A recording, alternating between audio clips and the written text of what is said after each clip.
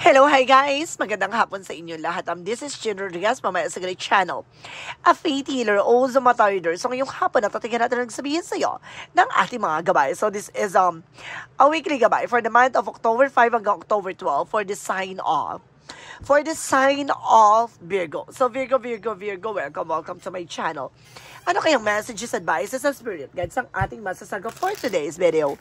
Kanino kayang energy or kaganapan sa buhay ng mga Virgo signs ang ating mga hagilap? So guys, this reading is a general reading lamang, hindi lahat makaka-resonate, kunin lamang po ang makaka-relate sa inyo, and comment down below kung kaninong energy ang ating nasagap. Because don't forget to like and subscribe my channel and hit notification bell for more videos update. Kasi maraming salamat po sa mga walang sawang pagsuporta sa aking channel, lalo-lalo na ang hindi nag-i-skip ng ads. Naway pagpalain kayo ng Diyos at may kapal, siksik, liglig, nag-uumapaw na biyayang manang balik sa inyo. So let's see guys, what is the messages, advice ng ating angel spirit for the sign of Virgo. So let's see and watch this.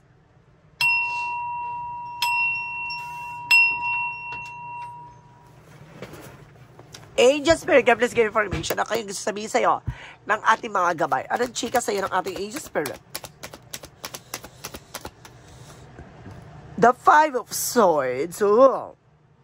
This is something self-sacrificing, no? Na sense ko dito parang nagsasakripisyo ka para sa sarili mo, no? But this is a Knight of Swords, nagbibigay anxiety sa'yo, no? Kumbaga kinikim-kim mo, dinidibdib mo lahat ng mga pangyayari sa buhay mo ngayon na kaya ka nai-stress at nade-depress, no? Kaya kailangan pakawalan mo yan, guys. And this is the Wheel of Fortune. Don't you worry, there's a turning back to your favor, no? Pag-ikot ang kapalaran, ay ang pag-ikot ng mundong ginagalawan, no? Bababaguhin ka sa sitwasyon mo. And this is a Ten of Wands for burden. Marami mga obligasyon, responsibilidad, pero sinasabi sa dito mamamayagpag ka after this kwento. Charis. After this scenario. Now, this is something the Four of Pentacles with protect your power, protect your energy, saving money. At sinasabi dito, with a partnership, unconditional love, or this is something, a partnership that brings you on a higher level commitment or for long term. No? So let's see what the Five of Swords represent. The Ace of Wands, something new spark, new ideas, new project. No? Kumbaga sinasabi dito, sarilihin mo muna itong mga bagong proyektong papasok sa eksena mo. No? And because the Knight of Swords represent the Emperor, and you must be mature and being grounded. No, kailangan maging mature ka sa mga gagawin mong actions. No, kumbaga wag mong isipin masyado 'yan. Isipin mo mabuti na lahat ng mga bagay na nangyayari sa iyo ay may dahilan. So let's see what is the Wheel of Fortune. This is the Queen of Swords. Now, this is something a bigger picture. Unti-unti mo na makikita yung posibilidad na maganap. Unti-unti mo na makikita ang pag-ikot ng kapalaran sa palad mo. The Ten of Wands, represent what? The World card. Ooh, this is something success coming in for you. A trouble of yours. Na marami mga pinagdaanan dyan, so, bago mo makamit to, sinasabi sa'yo dito na ito yung mga bagay na pinaghirapan mo at yung mga bagay na sukli, no, ng mga paghihirap mo. The Four of Pentacles represent the Knight of Pentacles with the security, no? Kumbaga seguridad, kumbaga pinasabi na maging secure ka sa pagdating sa finances, no? Magkaroon ka ng seguridad pagdating sa pinaghirapan mo. The Two of Pentacles, the Two of Cups represent the Sun card. This is a pure positive outcome. The success coming in for you pagdating sa partnership. Sinasabi dito na magtatagumpay ka sa paghanap ng taong para sa'yo. Or itong, kumbaga, ibabalik ang pag-ibig para sa'yo. No? Parang, kumbaga dati biglang sinat aside mo to, pero ngayon, no, pagbawi sa'yo ng kapalaran, ang pagbawi ng taong magmamahal ka, parang taong mamahal mo or magmamahal ka ulit, parang ganon. The Five of Swords, no, the Ace of Wands. Okay, this is something Queen of Pentacles with the practicality. There's a good sense pagdating sa interviewer. No, nakatuto ka lang, palawakin mo ang iyong kaisipan pagdating sa negosyo, hanap buhay. No, kumbaga kung ikaw ay may trabaho, negosyo, hanap buhay, kumbaga dagdagan mo pa dagdagan mo pa yung kaisipan mo, no? Or mag-isip ka pa ng mga panibagong ideas or information na makakadagdag, no, sa resource of income mo. The Knight of Swords, because the Emperor represents the Knight of Cups with an offer. No, maraming offer dyan, kaya maging mature ka. No? Kumbaga, maraming offer na dumarating sa'yo. Kumbaga, maging ano ka dito, kumbaga, optimistic, no? Being positive sa lahat ng mga kaganapan sa buhay mo. And of course, parang sinasabi dito guys na tinitignan mo dapat yung both side of situation, no? Maging ano ka dito, kumbaga, maging bukas ang kaisipan mo, no, sa pagtanggap sa mga bagay na hinaharap sa'yo. The Wheel of Fortune and the Queen of Swords represent the Knight of Wands for resilience, no? Kailangan mong maging tahimik ka lang kahit na alam mo na yung magiging posibilidad at magiging kalalabas na ng eksena. Kailangan kumbaga sarilihin mo lang. This is a Ten of Cups with happiness, no? Magiging masaya ka na this time. No, ito yung sinasabi kong iikot ng kapalaran, the World card and the Wheel of Fortune, na kumbaga marami mang pinagdaanan with the Ten of Wands, no? At the end of the time, magiging masaya ang pamilya mo. The Four of Pentacles and the Nine of Pentacles represent the Hierophant. Ooh, this is something a lesson learned, no? Parang may mga bagay na parang pinamukha sa'yo na matutunan mo, no? Na malaman mo ang kahalagahan pagdating sa pinaghirapan mo. The Two of Cups represent the Sun card represent the Seven of Swords. No, liliwanag, no, magtatagumpay ka na sa likod ng mga pinagdaanan mo pagdating sa buhay pag-ibig, no. Maraming mang tumaydor, maraming mang niloko ka, maraming mang iniwan ka sa ere, but eventually this is the Sun card na maaaring magsasucess ka pa rin pagdating sa buhay pag-ibig. Isa pa rin niya sa daan, no. Kumbaga yung mga taong minahal mo, mga taong kumbaga natikman mo, Charis, yung mga taong kumbaga naging bahagi ng buhay mo ay parte lang, no, ng pagbangon mo or parte lang ng history mo, no, ng buhay na tinahak mo na para maging malakas ka at maging matibay ka at para ipaalam sa iyo na lahat ng mga bagay na nangyayari sa buhay mo ay may dahilan. No, kasama siya sa proseso for the outcome. So this is a strength card for confidence. No, lakas mo ang loob mo, lakas mo ang pakiramdam mo. Dahil this is a Five of Wands for complication or something competitors. Maraming kalaban, maraming kakalaban, maraming taong susubok sirain ka with that Lover's card, no? Kaya nagkakaroon ka ng struggles pagdating sa buhay pag-ibig dahil may tao talagang gumawa sa'yo ng eksena para sirain ang iyong kaligayahan, no? Kaya guys, more on tina-target kayo dito kung hindi sa finances, sa love life. Dahil ang love life, isa sa kahinaan ng Virgo. Oh, talaga ba? So, let's see additional messages pagdating sa career. This is a Two of Swords and indecision. May mga bagay na nahihirapan ka pang mag-decide. Nahihirapan ka pang mag-isip. But with the Page of Swords na get more information, marami ka pang dapat matutunan, no? Being curiosity. And of course, there's a Four of Cups by re-evaluate or analyze, no? Pag-isipan mo mabuti pagdating sa negosyo, hanap buhay mo kung ano yung mga bagay talaga na pang matagalan. There's a devil energy na talagang mayumakad lang, no? Para mag-grow ka. And this is a Three of Pentacles. So, madalas dyan katrabaho mo, madalas dyan nakakasama mo or madalas dyan sa paligid mo, no? Maaaring kaibigan mo, no? Mga nakakasalamuha mo. This is something socialized, no? With the devil card. Marami talagang nakakarang. Kaya kailangan marunong kang linisin. Additional messages pagdating naman tayo sa love life. This is the Moon card and truth reveal. Na malalaman mo na kagad, no? May hinala ka na eh. Na meron ka ng gut feeling kung ano yung nangyayari behind your back. This is the Ace of Cups for a new love. And new kilig or babalik ang kilig, no? Kumbaga malalaman mo na kagad kung ano yung talagang nangyayari. Anong purot dulo kung bakit nangyayari sa'yo lahat ng kaganapan sa buhay mo pagdating sa pag-ibig. Bakit? No? Pag nandun ka na sa pag-ibig or pagmamahal, kumbaga biglang nagbabago or biglang iniiwan, biglang nag-iiba. Ganon. So, let's see what is additional messages pagdating sa health. Don't you worry, there's a Justice card. May karma yan, ha? And there's a Hermit card. See? This is something spiritual journey talaga, guys. Connected talaga. Ang karma talaga ay talagang inilathala at talagang ipapakita sa ng ating poong may kapal na bahagi siya ng buhay mo. No? Kumbaga, isang proseso lang din yan na para hubugin ka, no? At para linisin ka at para lumitaw yung katangian at kakayanan mo, no, bilang isang kumbaga spiritual Parang ganon. Spiritual abilities o spiritual awakening. Parang mumulating ka dito sa kakayanan at kaalaman. Parang ganon. So, lahat ng mga pinagdadaanan mo, or lahat ng pagdadaanan mo, may dahilan yan. Kasi, kailangan mong buksan ang isip at puso mo pagdating sa spiritual, pagdating sa ating Panginoon. So, let's see, guys.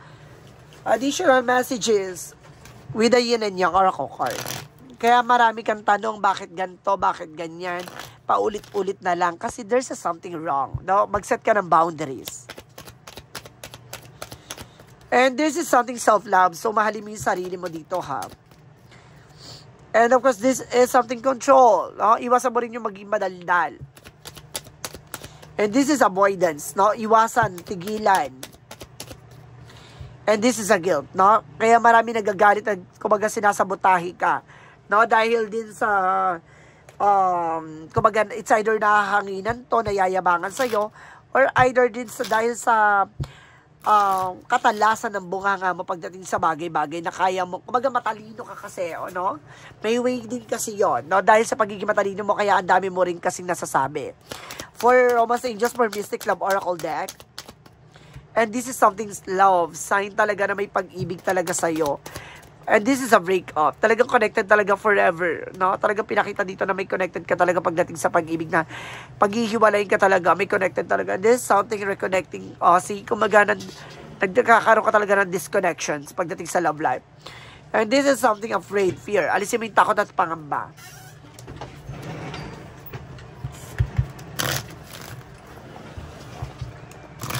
Magical fairy messages represent what? Son, na may anak kang lalaki dito, no? And this is a daughter, lalaki, babae, may anak ka dito. And this is a travel, makakapag-travel ka daw dito, guys, no?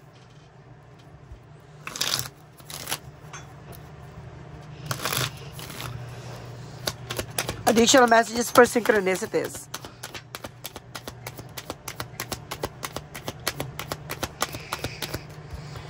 And this is already, kailangan mo maghanda, at the same time, this is something delay, na marami ka nararanasan na delay ngayon.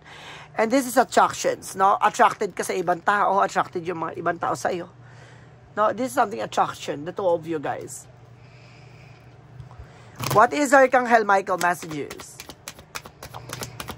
This is already resolved. To some of you guys na solution na natapos na to. No, at the same time, this is keep your eyes on your target intentions, no? Kumbaga sinasabi nito na kumbaga panatiliin mo talaga kung ano talaga yung gusto mong gawin. And this is something, take your time to make a decision. No, kailangan mo ng oras para pag-isipan, no, yung mga bawat decision na gagawin mo. At bawat action. And this is something information with a release. Transition. Unti-unti na mababago, pakawalan mo daw. Yung mga bagay na hindi makakabuti sa'yo. At the same time, this is something magic with transformation. Unti-unti na mababago. And this is something kitchen with the creation, no? Kumbaga, unti-unti na mabubuo. At ikaw yung gagawa ng kapalaran mo. And this is something like psychic abilities. I told you. Diba? Nandun pala sa eksena na kumbaga may kakayanan ka talaga. Psychic abilities. Para ililifted talaga yung kakayanan mo dito. Iaangat talaga. So, let's see what is additional messages. And there's an angel of love. Oh, meron talagang angel of love dito, guys, no? Talagang pagdating sa pag-ibig talaga, ginagabayan ka naman daw. And there's a Korkanipia, kailangan mo ng fruit and vegetables. And this is a first chakra Archangel Raphael for healing. And second chakra Archangel Uriel about sa finances. So, wag kang mag-alala, no? Nandito si Archangel Raphael for healing. Sa lahat ng mga nangyayari sa buhay mo, i-heal ka ng i-heal ng ating gabay. For Romance Angels, Angel Spirit for Love Life. So, this is something heart-to-heart conversation. Na magkakaroon ka ng heart-to-heart conversation. And there's a release your ex. Pakawalan mo na yung ex mo. So, let's see what is the chakra messages. Service. So, some of you guys, public servant or services sa trabaho mo. And there's a complacency, you know? Huwag mo ngayaan mahuli ang lahat. Oh. And this is something expansion. Papalawakin ng ang iyong finances and career and love life. For Angels answer, represent what? Represent trust. So, kailangan mo magtiwala, guys, no? This is something trust. At the same time, this is something wait. Marunong ka dapat maghintay. No? Dahil, this is a recovery. Unti-unti ka na makaka-recover. For the angels, messages, given information po. And this is something crystals, no? Kung makakatulong sa'yo for healing energy. And of course, this is something builder. Now, I told you, parang this is something foundation na pinapalakas ka talaga, no, ng ating angel spirit. Pinapatibay yung pundasyon mo para hindi ka kagad mabubuwag o masisira ng ninuman for angel spirit. Kaya marami kami nagdadaanan eh. No, pagdating sa pag-ibig at finances eh. Kasi, ayan ang daan sa paghubog, no, ng paghubog kalakasan para sa tagumpay. And there's a changes, no, kumaga unti-unti na mababago, no? And this is a forgiveness. Kailangan mo talaga ng kapatawaran, no? Isa kasi sa nagbibigay blockages yan, ang kumaga negativities, no? And this is something honesty. Maging tapat, maging totoo ka lang sa kung ano man yung magagawa mo at kaya mo. For Arcangel Raphael messages, and there's a change position. Kailangan mo magpalit ng manggagamot, albularyo, or doktor, guys. Nasa kailangan mo ng second option. And this is a have faith. Kailangan mo talaga ng tiwala, buong tiwala, no? Buong pananampalataya. Additional messages. And this is something lost land, no? Kumbaga, soul memories and gift, you've done this before. Maaring nangyari na to from past life mo, na maaaring kumbaga, ito yung mga pinagdaanan mo na kaya mo pa rin siyang malagpasan. And there's a courageous way, Peony, with and let yourself be seen. Hayaan mo yung sarili mo makakita, makatuklas, no, na mga pagbabago magaganap sa buhay mo. Kasi, kumbaga, isa ka rin sa naging witness, no, na kayang-kaya mong lagpasan yung mga bagay na yan, no, napakasisiw sa iyo. Maaaring nasasaktan ka sa ngayon, pero darating yung araw na sasabihin mo na nasalamat kasi, kumbaga, inalis ka dun sa tao na yon at maaaring magpapasalamat ka kasi sa isa sa naging daan na yon para makilala mo yung taong para sa'yo talaga. And there's something a time for healing. So see, I told you, unti-unti ka mag-heal, no? Physical and mental, emotional. And this is something a time to give rather than take. Mas maganda magbigay ka ng oras at panahon, diba?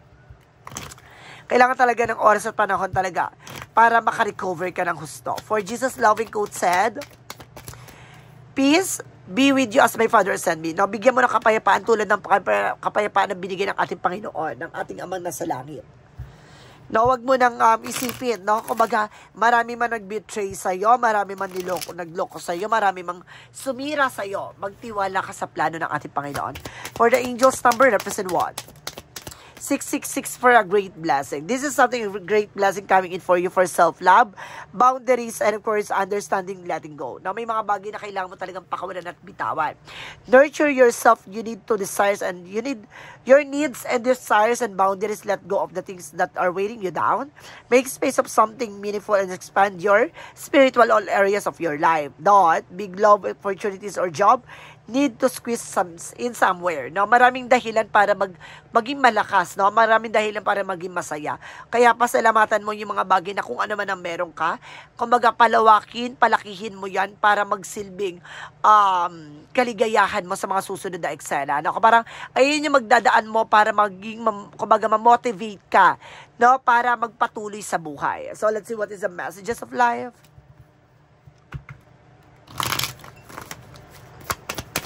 Messages of life represent what? Represent or door, a door to the infinite. No, ito yung pintuan bukas na para sa walang hanggang eksena. At my heart center, there is a door that leads to the infinite. Today, I visit my heart center and open the door. As I enter, experience a deep sense of serenity.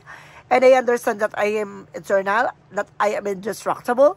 From here, I can see beyond my life challenges to the higher level of my existence. I know now that my inner light is infinite. So see, kumbaga sa mundong ginagalawan mo, maraming tuso, maraming tukso, maraming pagsubok, maraming karanasan, maraming sakripisyo. Lahat ng mga bagay na yan, ayan ang daan, no, para hubugin ka, palakasin ka, para sa mga bukas at buhay na tatahakin mo sa mga susunod na panahon at oras. So, madam, this is a weekly gabay for the month of October 5 hanggang October 12 for the sign of Virgo. So, Virgo, maraming salamat for this wonderful reading. So, once again, this reading is a general reading lamang, hindi lahat makaka-resonate. Kunin lamang po ang makaka-relate sa inyo and comment down below kung kaninong energy ang ating nasaga. Because don't forget to like and subscribe my channel. And hihirip kayo siya for more videos update. Kasi maraming salamat po sa mga walang sawang pagsuporta sa aking channel. Lalo-lalo na ang hindi nag-skip ng ads na way pagpalaan kayo ng Diyos at may kapal. Siksik liglig na gumapaw na biyayang manang balik sa inyo. At maraming salamat. And see you in the next video. Bye-bye and babush.